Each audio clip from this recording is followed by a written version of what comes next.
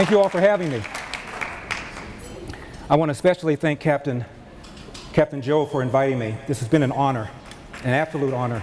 I'm talking to so many people who've served, and I got a compliment from someone who said, "Larry, you've been battling for 20 years. I said, please, I'm sitting in an air-conditioned studio, nobody's shooting at me. I owe you guys everything, and I want to thank you again.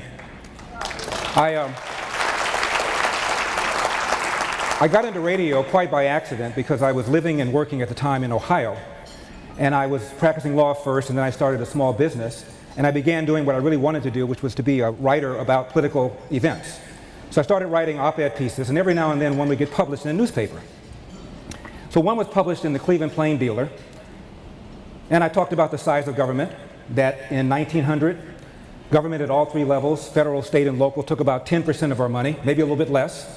Now, government at all three levels takes 35%, and when you add a value to these unfunded mandates that are promulgated from Washington or from Sacramento or from wherever, it's well over 50%. I also talked about the fact that we need a strong national security, and I said that no longer is racism a major problem in America. No one cared about anything I said except about the racism part. I got a phone call from a producer of a radio show. Read your piece in the Plain Dealer. Would you come on the show and talk about it? I said, sure. So I was on for a whole hour, and now as a talk show host, I realize what a long time that is. They told me that I'd be on for a few minutes. I looked up, an hour had passed.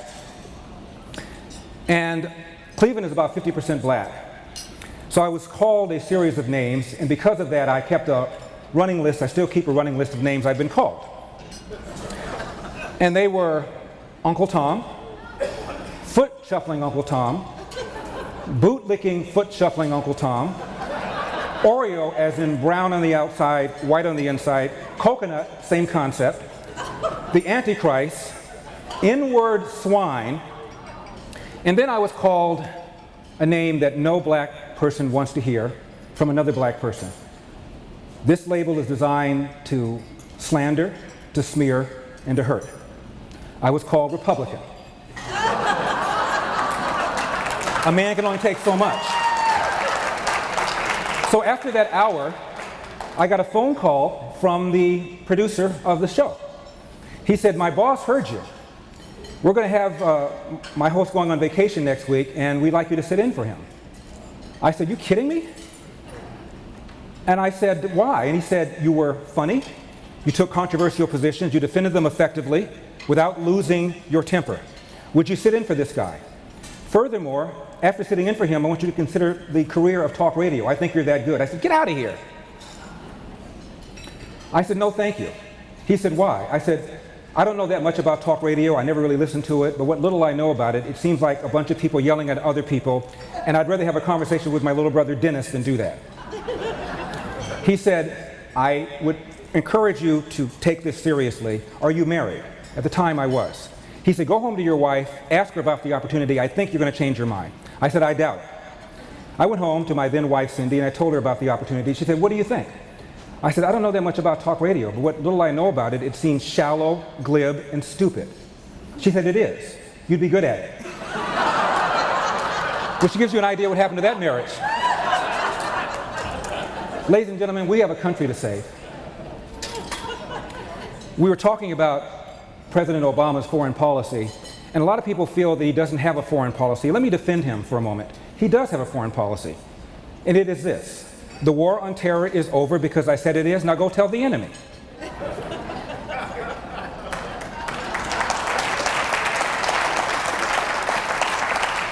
I mean, really, he gave a speech in 2002 that probably made him president, that probably was the single greatest contributor to him becoming president.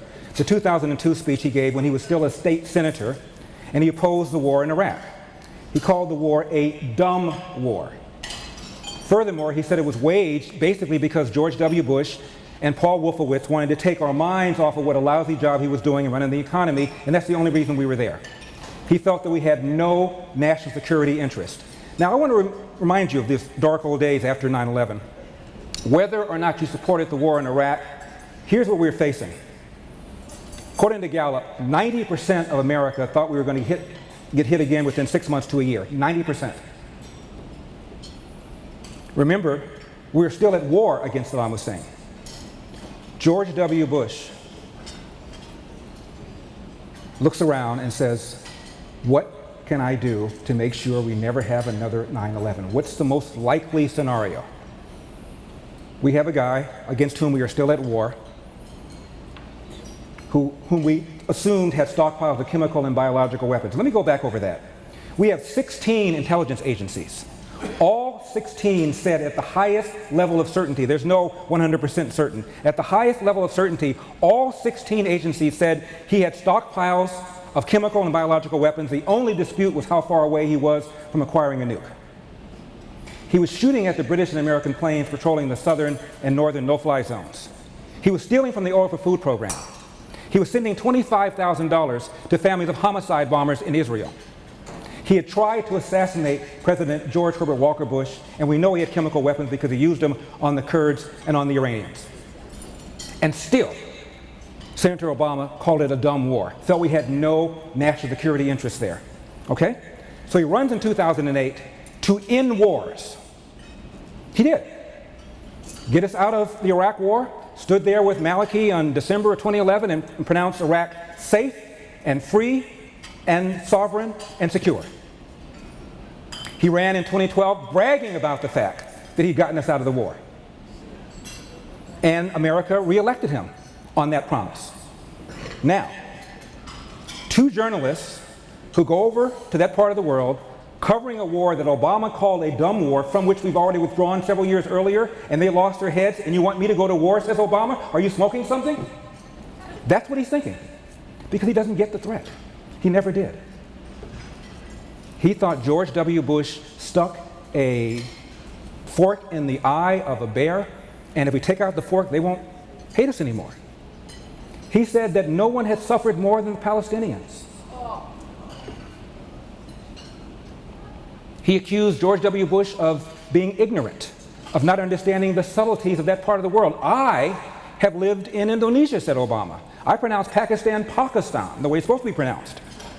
I'm going to come up there with a new sensibility. I'm going to reach out with an unclenched fist. I'm going to have my first interview with Al Arabiya to let the Persians and the Muslim world know that I'm on their side. I'm going to look at them differently. He criticized Israel for building settlements in East Jerusalem, a part of East Jerusalem that the Palestinians had already conceded would be part of any two-state solution. He criticized it. He criticized Benjamin Netanyahu when he came to the White House, kept him standing there. Basically to tell the Arab world, there's a new sheriff in town, I'm going to be fair and balanced. Surprise, surprise, they still hate us. Surprise, surprise, they still cut off our heads. So he has no idea what to do, because the world did not conform with his view of it. Same thing with the economy. He comes in, let's raise taxes on rich people, because the income gap's got to be narrowed.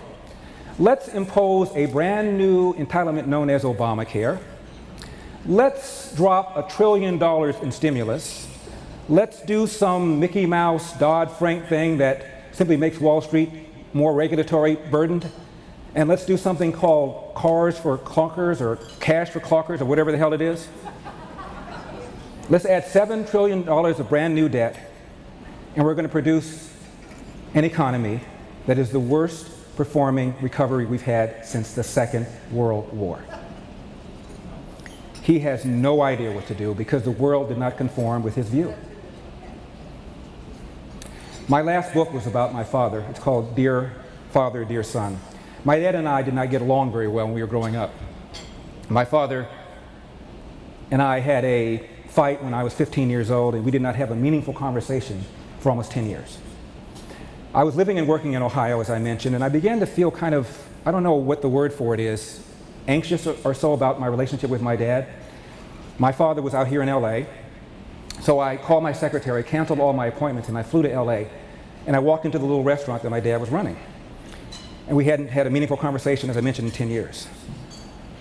And I said, Dad, I want to talk to you. He said, fine, wait until we close. We closed at 2:30. My dad and I sat on two stools. I figured I'd be there for about 10 minutes. We sat for 8 hours. And in 8 hours, he morphed from this cold, uncaring, smoldering volcano of anger to this sweet, empathetic guy that I had completely misunderstood my entire life. My dad was born in Athens, Georgia, during the period of time that we know called Jim Crow. My father came home one day making too much noise for his mother's then boyfriend.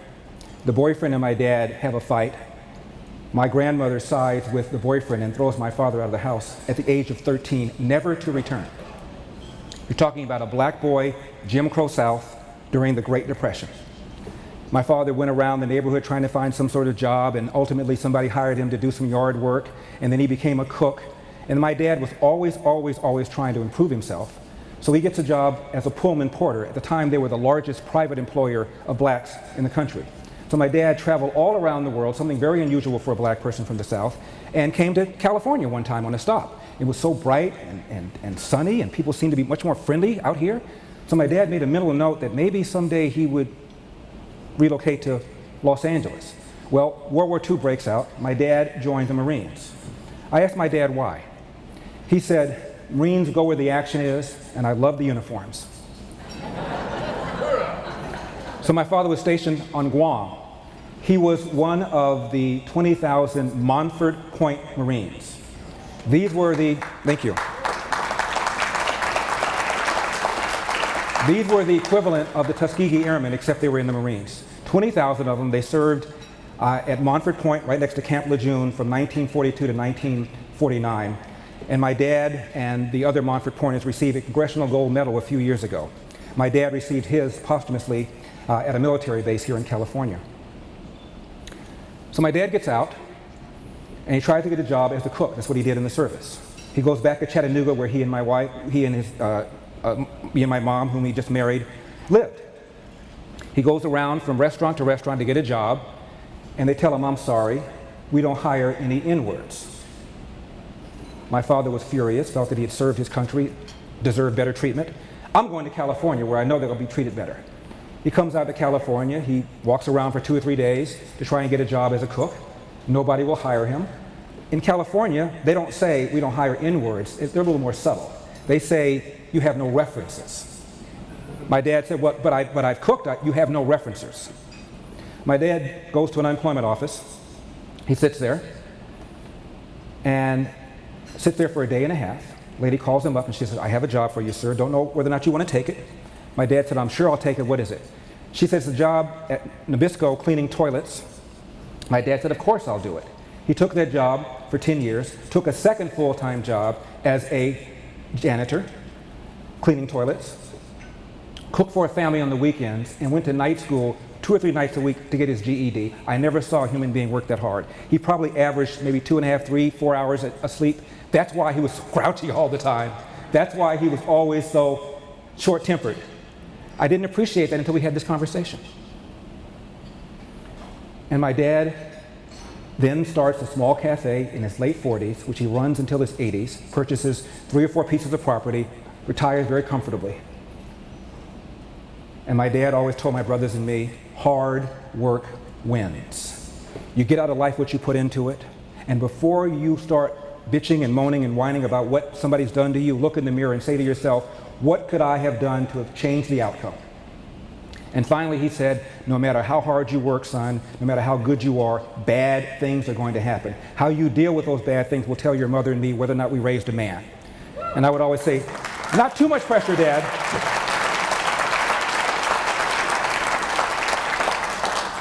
I want to leave you with just a couple of quick stories.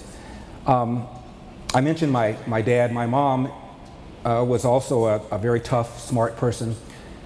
She used to come on my show every Friday. I referred to her as the Chief Justice, the most popular part of my show. I always told my mom if she had gone into politics, she would have been president. If she'd gone into crime, she would have been Jack the Ripper. And we read a poem in class, high school, that upset a lot of people. And it went like this. While riding through old Baltimore, so small and full of glee, I saw a young Baltimorean keep a looking straight at me. Now I was young and very small, and he was no whit bigger, and so I smiled. But he poked out his tongue and called me nigger. I saw the whole of Baltimore from May until September. Of all the things that happened there, that's all that I remember. Well, I was upset, the teacher was upset, The kids were upset. Everybody talked about the damage this does to this kid's psyche. It'll be a permanent scar. He'll remember this the rest of his life. So I went home. My mom was stirring a big pot of greens in the kitchen. I'll never forget it. And I said, Mom, we read a poem in class.